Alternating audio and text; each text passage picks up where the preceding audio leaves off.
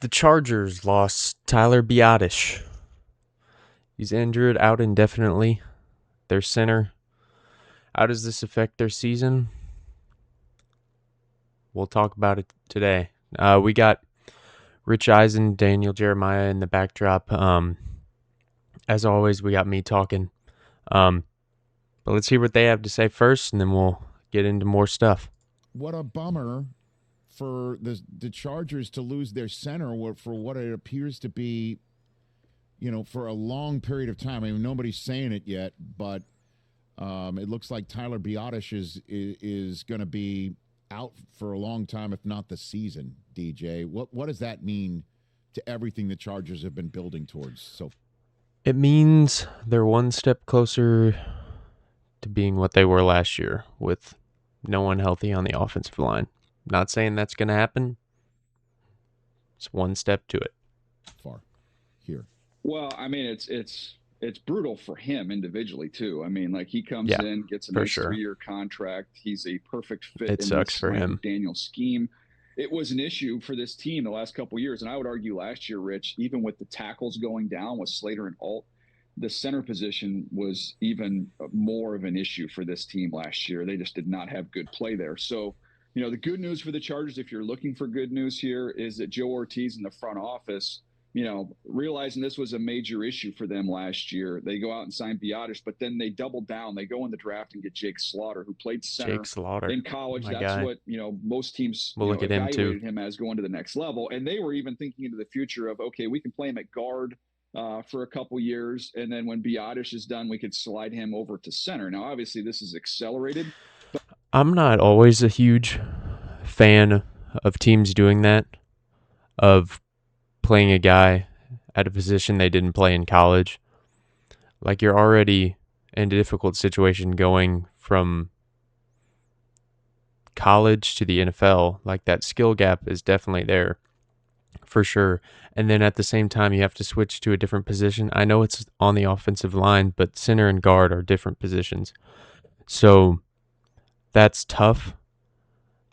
I think it takes a while for guys to get used to that. And just switching them back and forth, like Daniel Jeremiah is saying, not always a huge fan of that. Honestly, I'd prefer Jake as your backup center. Get him time to develop there into a solid guy, and then maybe you look to just start him over Tyler. But I'm not totally against putting him at guard just to get him out there, because there's also the thing of getting your best 5 offensive linemen. And if Jake Slaughter is for sure one of your best offensive linemen, put the best 5 out there. I'm cool with that. I'm just a little wary of flip-flopping and switching guys around. But you've got a guy in Jake Slaughter that's played a ton of football in college, and they took in the second round. That's a good scheme fit. So you're in a good spot there. And then, as in all these camps, Rich, you get some gems. I mean, they have an undrafted free agent out of Fresno State who I did not even write or watch because he wasn't recommended to me. But it's Spomer, Jacob Spomer. And I always, when I see Spomer, for some reason, I think of Mike Seaver's best friend from Growing Pains, but it's a different name. But he's played well and is a good fit in this scheme as well. So I think in years past, an injury to the offensive line for the Chargers was a death knell. I do think that they've done a good job of acquiring some depth. All right. I agree. I don't think an injury is as detrimental as it was last year. I think they are able to now kind of cover that up a little bit. Obviously, you don't want injuries, and you only want to use depth if you have to. That's why I believe in getting top heavy, getting your best guys, and then depth comes second. I think people focus too much on getting depth, and then they realize their top guys aren't that good, so then they just end up not being that good. But I think the Chargers have done a good job of doing both. Then that's good news in that respect, and let's hope Biadasz isn't done for the year. But that said, there are some reinforcements. That said, how would this affect what McDaniel is cooking there right now, Daniel? I don't think it will. I think that this is a run game that is about the athleticism of the offensive line. It's a zone run game.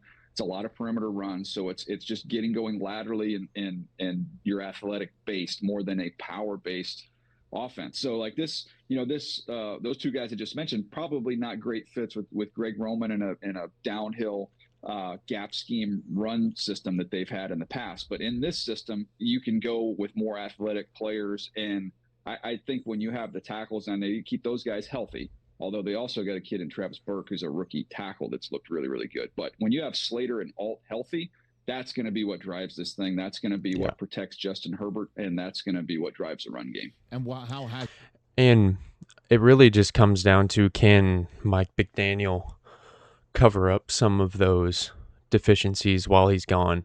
And honestly, Jake Slaughter could very well end up just being as good or better. I mean, he's a rookie.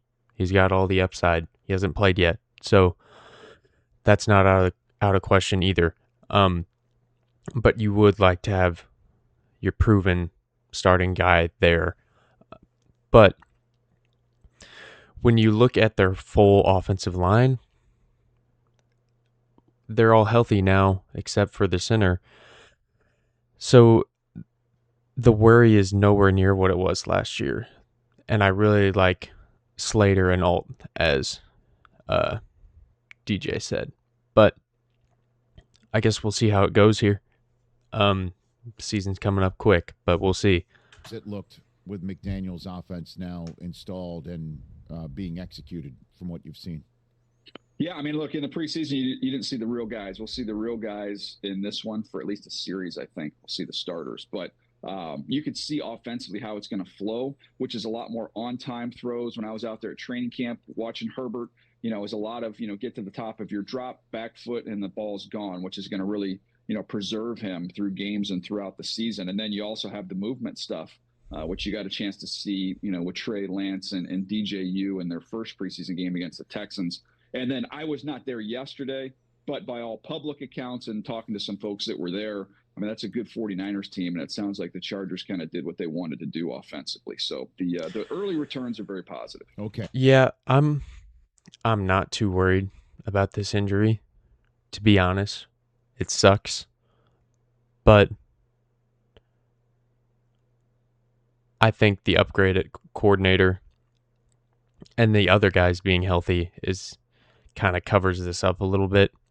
I wouldn't be too worried in a full drop-off of their offense. So fantasy-wise, if you're looking at drafting any Chargers player, Hampton, maybe fade him a little bit, drop him a couple spots, but I don't think it's too detrimental to their season because Hampton and other guys were able to produce without a healthy offensive line. So I wouldn't be too worried about it from that stance. And just watching Harbaugh and McDaniel operate together. You got a good story? Oh, I've got something that I'm keeping an eye on. That I was told that there have been some glasses that have been ordered for Jim that McDaniel has ordered for him. I don't know when they come in, and I don't know when he rocks them, but Harbaugh, I think, is a little superstitious. What is he too. wearing? I could see this evolving where you start winning some games, goggles? And now you just keep adding from the Mike McDaniel wardrobe over to Jim as this thing really gets going. But that's a good first step when you start with the glasses. I think that's the first place I would start if I was going to try and adopt the wardrobe. All right, over under on the number of consecutive wins and win streak it would take to see Capri khakis. What's the number? I think that's a handful. I think you got to get to your second hand. I think. What are we talking about? You got to get to 5, and then you pull the pants up a little bit. I think you got to get to third hand, man. Hey, I think you got to get to double-digit wins for him to be pulling out the Capri. Jim could pull it off, Lululemons. Jim could pull. Is this it a off, football man. channel? He's still. I mean, he's in great shape. He's fit. Like he could make it work. I'm telling you. Hey, you made it all the way to the end. Hey, thanks. We did. All right, let's look at some stats. So I'm poor, so I don't have PFF like plus. So we're just gonna kind of look at some of the basic stuff here on PFF. As always, PFF doesn't mean everything, but it's something. overall 70.8. That's very solid for offensive linemen. Like, that's a very solid option for a guy. I mean, you're losing, could be arguably top 10 center in the league, which is detrimental. Center is kind of one of the most underrated positions in the sport. I mean, they control a lot of the communication, identifying blitzers, setting up protection, stuff like that. So they do a lot more than just block. And you really need to protect the center of the pocket so the quarterback doesn't get flush out. But, I mean, sacks allowed 3, tied for 6. I mean, that's pretty good. So they are losing a really good player, but I don't think it has a huge effect on the win total, if that's what you're thinking about. This offensive line ranking was before he got injured, so they do have Jake Slaughter listed at guard, but Jake Slaughter would slide to center. I'm not sure who their left guard would be, but I'd knock them down a little bit in this ranking, but I still think it's one of the top offensive lines in the league, mainly because of the tackles. I mean,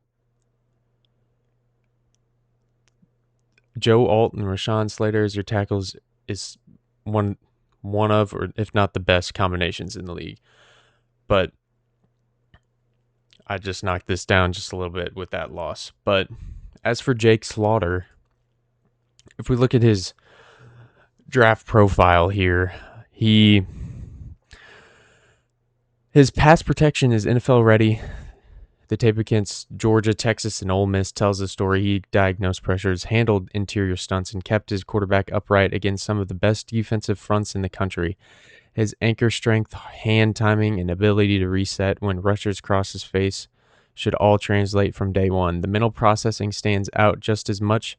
He makes the calls, adjusts protections late, and rarely looks lost against complex looks. Offenses built around quick game concepts and drop back passing will get immediate value from him. The run blocking is not at the same level, and that gap matters. He generates movement when he catches defenders cleanly and climbs to linebackers with intent, but against interior defenders with quick hands and gap shooting ability, he struggles to sustain and finish. Outside zone asks him to reach laterally in ways that do not come naturally, and he gets aggressive when defenders move on him. He fits better in gap schemes or inside zone where he can work vertically and use his leverage. The floor is an immediate starter who handles pass protection at a high level and gives a coaching staff a dependable anchor in the middle. The ceiling, if the run blocking continues to develop the way it has over the last 3 years, is the kind of center who holds down the spot for the better part of a decade. The Senior Bowl reinforces projection and consistently shows across 3 seasons, whatever. Basically, if he just develops some of that run blocking, he could be one of the elite centers in the league. Maybe not elite, one of the great centers in the league. But I wouldn't be too worried with the drop-off from Biadasz and Slaughter. There is going to be a drop-off, but I really like the upside of Jake Slaughter. I had him pinned as one of the better players that I would like to draft in this draft this year. But looking at all of this, I know we already talked about fantasy, but fantasy-wise, I wouldn't be too worried about the Chargers offense with this. I mean, you still have Mike McDaniel, who's been able to overcome some stuff in Miami. And he doesn't have the pressure of being a head coach. He can just focus on the offense. As for the offensive line, you have elite guys at the edges to cover up some of the mistakes and really protect Justin Herbert. So, overall, not too high on the worryometer for me. But it does suck for him, and it does suck for the Chargers but we'll see how this season goes. Still a big fan of the Chargers, even after this. I think they will be one of the better teams in the AFC. Could make a run in the playoffs. Could be Justin Herbert's year, the if man, all the things. But maybe it's finally his time. I don't know. We'll see. Thank you all for watching. Hit that like button. See you in the next one.